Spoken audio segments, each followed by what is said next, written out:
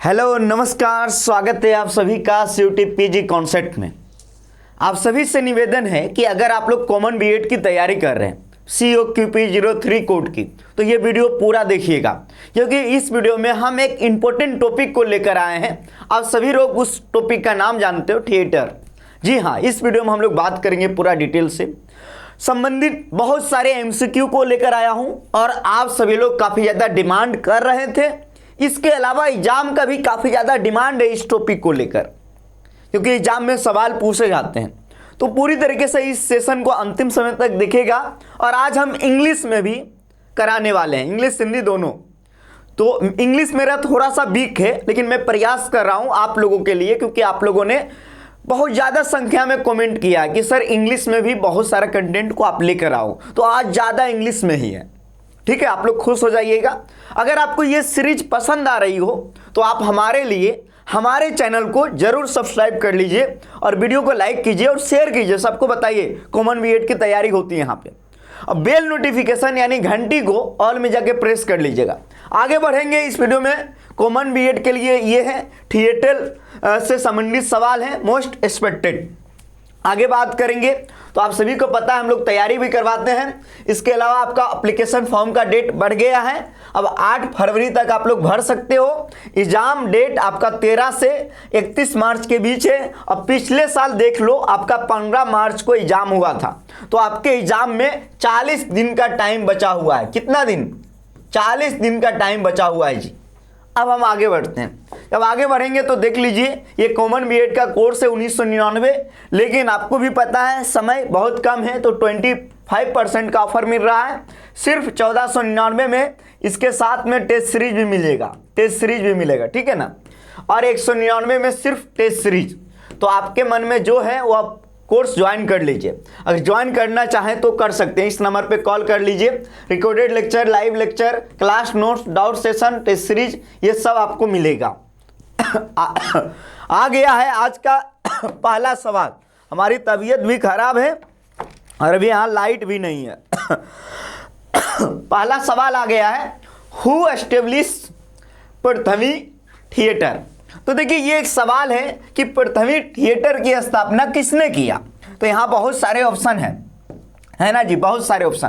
तो देखिए थिएटर से संबंधित जब भी आप बात करोगे तो ये सब सवाल आपको पढ़ना होगा। पृथ्वीराज कपूर के बारे में आप सभी लोग जानते हैं, इनका बहुत भूमिका है, इनका बहुत ही महत्वपूर्ण योगदान है इंडियन फिल्म इंडस्ट्री में। आप सभी लोग जानते होंगे इनको, जो है आप सभी लोग नाम सुने हैं ना, दादा साहेब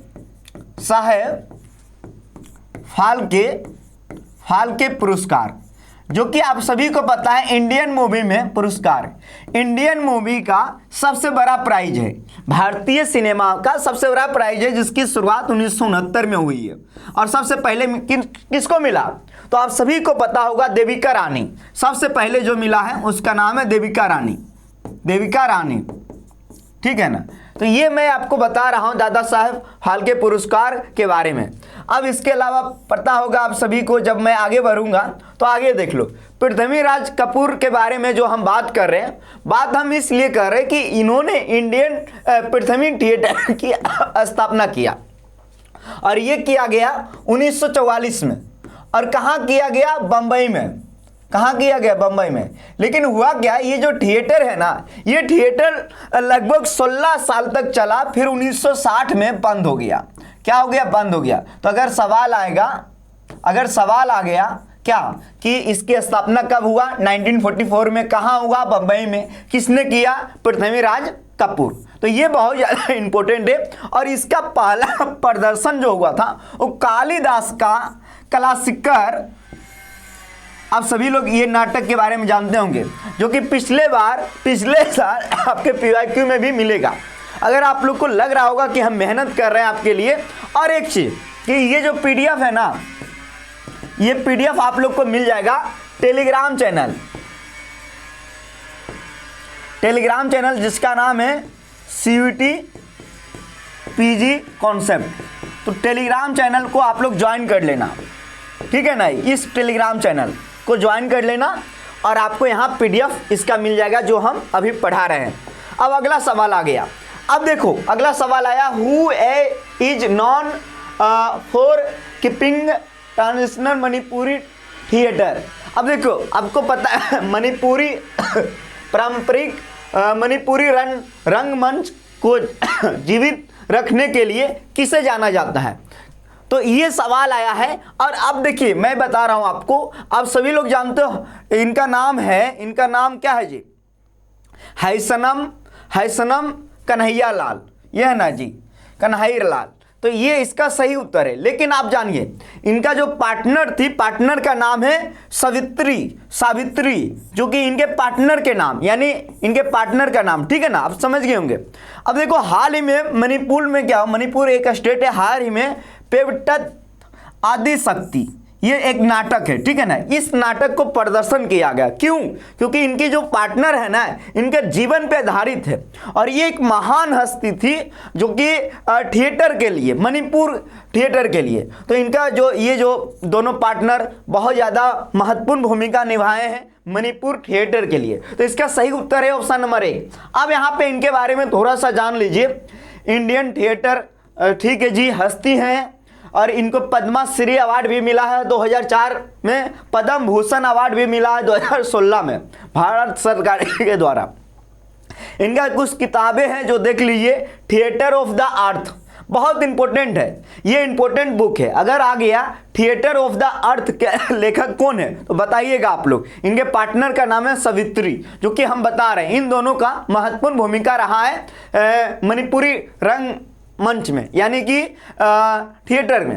अगला सवाल आया है तुगलक जो एक थिएटर है, प्ले है, इसको किसने लिखा? बहुत ज़्यादा इंपॉर्टेंट है जी। तुगलक मतलब आप लोग जब हिस्ट्री पढ़ोगे तो एक तुगलक डायनेस्टी आता है। आप एक राजा के बारे में नाम सुने होंगे, MBT, मोहम्मद बिन तुगलक के बारे में। तो इसके शासनकाल के बारे में उल्लेख है कि उस समय इनके शासनकाल की गुडनेस क्या था, बैडनेस क्या था, यानी दोनों चीज के बारे में उल्लेख किया गया इस नाटक में। इस नाटक का नाम है तुगलक और इस नाटक के लेखक कौन है, ये सवाल पूछा गया है। तो आप सभी लोग इसका जवाब दे सकते हो क्योंकि बहुत इंपॉर्टेंट है। और ये नाटक कन्नड़ भाषा में लिखा गया, कन्नड़ भाषा में। तो सबसे पहले इस नाटक को लिखा गया 1964 ईस्वी में, जो एकदम इंपॉर्टेंट है। और इस नाटक को लिखा गिरीश कर्नाड, जिनका कि बहुत ज़्यादा मतलब इफेक्ट रहा है, बहुत ज़्यादा प्रभाव रहा है थिएटर, इंडियन थिएटर में। ये एक कन्नड़ नाटक थे। अब देखो जो मैं बता रहा हूँ यहाँ पे, ये नोट करके मैं लिख कर आया हूँ।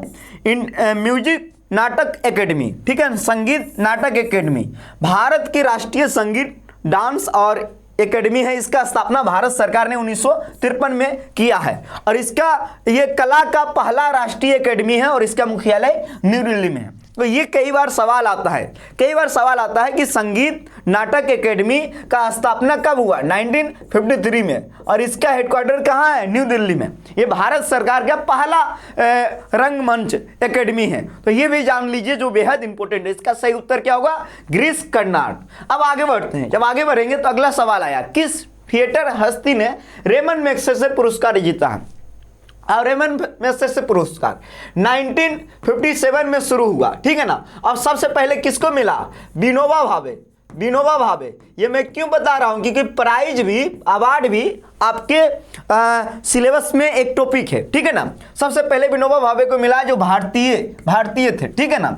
तो रेमन मैग्सेसे पुरस्कार को also known as Asian Nobel prize, इसे कहा जाता है एशिया का नोबेल पुरस्कार। तो किस थिएटर हस्ती को मिला है? तो इसका सही उत्तर देख लीजिए। इसका सही उत्तर है BV करनाथ।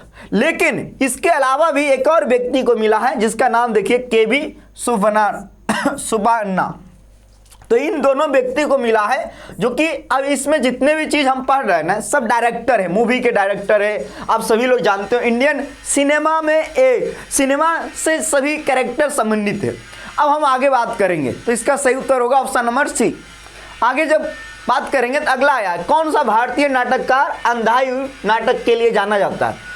तो ये देखिए, इस सवाल के जवाब आप लोग बता देंगे क्योंकि हरमवीर भारती जी का आप सभी लोग नाम सुने होंगे। Option number D is correct. तो अंधाधुन नाटक के लेखक भारती जी हैं, ये तो आप सभी को पता है, ये 1953 में लिखा गया है, कहीं कहीं 1954 भी लिखा आता है जी, कहीं कहीं 1954 भी लिखा आता है। रणबीर भारती एक प्रसिद्ध, इनके बारे में आपको पता होगा, सूरज का सातवां घोड़ा, इन्हीं का एक रचना है। क्या मैंने बोला? सूरज का सातवां घोड़ा, इन्हीं का। अंधायु इन्हीं का नाटक है। इसके अलावा और भी बहुत सारे नाटक है जो कि धीरे धीरे आप पढ़ेंगे तो आप जानेंगे। ये बेहद इंपॉर्टेंट है जी, ऐसे सवाल आपके एग्जाम में आते हैं। अगला सवाल, हैवदन। हैवदन एक नाटक है जो कि कन्नड़ भाषा में लिखा गया नाटक है। हैवदन का अर्थ होता है सर, जो सर होते हैं ना वो घोड़े का, और जो शरीर होते हैं वो शरीर और मनुष्य का, इसका अर्थ है, ठीक है ना। हैवदन का, हैवदन बहुत ही इंपॉर्टेंट नाटक है, ये मैं पढ़ा हूं, मेरे पीजी के सिलेबस में था, पीजी के हिंदी के सिलेबस में। ये नाटक लिखा गया 1971 में, और इस नाटक के जो रचनाकार है उसका सही उत्तर है गिरीश कर्नाड। क्या है? गिरीश कर्नाड। अब आगे बढ़ते हैं। अगला सवाल, संस्कृत शब्द नाटक का क्या अर्थ है? बताइएगा। नाटक का संस्कृत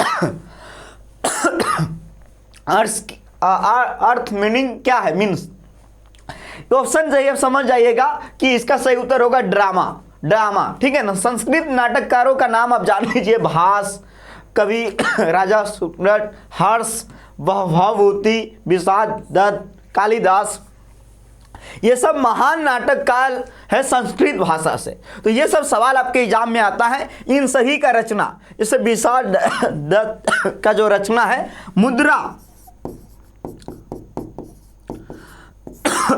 कालिदास का आप सभी लोग जानते हो, हर्षवर्धन दा, प्रियदर्शिका, रत्नावली, नादानंद, और अब सब आगे हम पढ़ाएंगे रचनाकार वाले में पढ़ाएं। ये सवाल आया है कि प्रथम कंसीडर आप कीजिए फर्स्ट क्लासिकल संस्कृत नाटककार। कुछ ज़्यादा ही खांसी हो रही है, फिर भी मैं आपका क्लास पूरा लूँगा। आप लोग, जब मैं इस स्थिति में आपका क्लास ले सकता हूं तो आप आराम से हैं, स्वस्थ हैं, तो क्यों ना क्लास को पूरा देख सकते हैं। कमेंट करके बताइएगा, हमारे लिए प्रे कीजिए, आप कमेंट में दुआ दीजिए मैं ठीक हो जाऊं, स्वस्थ हो जाऊं, फिर आपकी क्लासेस तो मैं लेता ही हूं। तो प्रथम शास्त्रीय यानी क्लासिकल संस्कृत नाटककार के रूप में जाना जाता है भाषा को। ऐसा कालिदास ने लिखा है अपने रचना में, कालिदास अपने रचना में लिखा है। अश्वघोष आप सभी लोग जानते हैं, इनका एक रचना है जिसका नाम है बुद्ध चरित, बहुत इंपॉर्टेंट। ये सब इसका सही उत्तर होगा ऑप्शन नंबर बी, भाषा। अब आगे बढ़ता हूं, अगला टॉपिक। अब देखिए, एक नौटंकी जो है पॉपुलर नॉर्थ इंडियन थिएटर है। अब फॉर्म बताना है कि ये जो है इसका जड़ें जो है किस रूप में पाई गई है। सबसे पहले जानिए नौटंकी किस राज्य से संबंधित है? तो उत्तर प्रदेश से संबंधित है नौटंकी, ठीक है ना। अब ये जो है ना एक पारंपरिक शैली है जो स्वांग से मतलब इसका जड़ें जो है स्वांग में है। तमाशा के बारे में आप सभी को पता होगा, महाराष्ट्र से संबंधित है तमाशा, और भी जो है बहुत सारा चीजें दिया हुआ है। अगला आया है विच साउथ इंडिया थिएटर। अब बताइएगा कि साउथ इंडिया थिएटर परंपरा को जोर देने के लिए अब बताइएगा कौन इसमें से है। तो यहाँ जब आप पढ़ेंगे तो यहाँ पे देखिए यश गाना जो कि कर्नाटक से संबंधित है, कर्नाटक राज्य, लेकिन तीन बेहद इंपॉर्टेंट है। एक है कथकली जो कि केरल का है, ठीक है ना। इसे बैले ऑफ द ईस्ट कहा जाता है। कुचिपुड़ी आंध्र प्रदेश का है, आंध्र प्रदेश का इंपॉर्टेंट है, ध्यान रखना। यश गान कर्नाटक का है जिसमें महाभारत की कथाओं के बारे में उल्लेख है। महाभारत के लेखक कौन है? वेद व्यास। महाभारत विश्व का सबसे बड़ा आप सभी को पता है महाकाव्य, और इसका पुराना नाम क्या है? जय संहिता पुराना नाम, तो ये भी ध्यान रखना, ओल्ड नेम ऑफ महाभारता। अगला सवाल, अब देखिए इंडियन थिएटर से संबंधित इनका नाम, विजय तेंदुलकर जी का नाम बहुत इंपॉर्टेंट है, इनसे सवाल आता है एग्जाम में। तो सबसे पहले ये एक मराठा के रहने वाले थे, और मराठा के बारे में, महाराष्ट्र के बारे में आप सभी को पता है, एकदम अलग ही भूमिका रहा है इंडियन थिएटर में। तो महाराष्ट्र के बारे में देखेंगे तो ये इनके बारे में जान लीजिए, बेहद इंपॉर्टेंट एक रचना है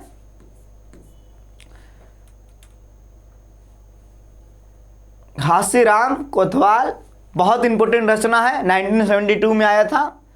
सखाराम बिंडर, ये भी इंपॉर्टेंट है, और एक और इंपॉर्टेंट है सन टाटा, ये भी इंपॉर्टेंट है, ठीक है ना। ये तीनों रचना आप पढ़ लीजिएगा, ये महाराष्ट्र से संबंधित है। और यहाँ जब आप देखोगे, पढ़ लेना, थोड़ा बहुत लिखा हुआ है, लेकिन ये तीन रचना ये महाराष्ट्र के जो है ना एकदम फेमस हस्तियों में से एक है, और इनका अहम ही भूमिका रहा है। जब इनके बारे में जानोगे तो आप पाओगे, पढ़ लेना आप इनके बारे में, इसीलिए मैं, क्योंकि इनसे ये रचना पूछा जा सकता है एग्जाम में, इनसे संबंधित। मोहन राकेश इनके बारे में पढ़ा हूँ, जिससे इनका इंडियन थिएटर में अलग ही भूमिका है। इसके अलावा जब आगे बढ़ेंगे तो एक दिन का आषाढ़, ये एक इनका बहुत इंपॉर्टेंट नाटक है, 1958 में आया है, कालिदास जी का कहानी का उल्लेख है।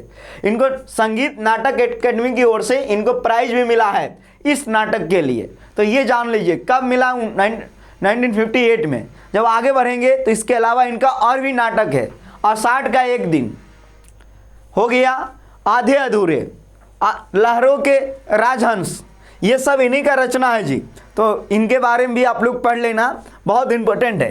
तो आज की क्लास संभवतः यहीं तक रहेगी। ये सब हमारे यहाँ से सिलेक्शन पाया था पिछले साल, आप भी हमारे यहाँ से जुड़ सकते हो। सीयूटी कॉन्सेप्ट का एप्लीकेशन डाउनलोड कर लीजिए प्ले स्टोर से। कहाँ से जी? प्ले स्टोर से। देन आप 1499 में संपूर्ण तैयारी करो, संपूर्ण तैयारी। और आप लोगों के लिए क्रैश कोर्स आएगा, क्रैश कोर्स कॉमन बीएड का, और आप लोग बताना तैयार हो क्या। तो आज के क्लास में हम लोग ने देखा पूरा डिटेल से, सबसे पहले देखा, कुछ सवाल को भी लिया जो कि आप सभी लोग देखे होंगे और आप सभी लोग नोट कर लीजिएगा, काफ़ी इंपॉर्टेंट है। और बताइएगा ये सेशन आपको कैसा लगा, और ये पीडीएफ आपको टेलीग्राम चैनल पे मिल जाएगा। और टेलीग्राम चैनल का नाम क्या है? CUET PG concept. तो आप लोग याद ज्वाइन कर लेना, याद करके। अब हम लोग मिलेंगे अगले वीडियो में, अगले क्लास में। आप सभी लोग को कैसा लगा बताइएगा।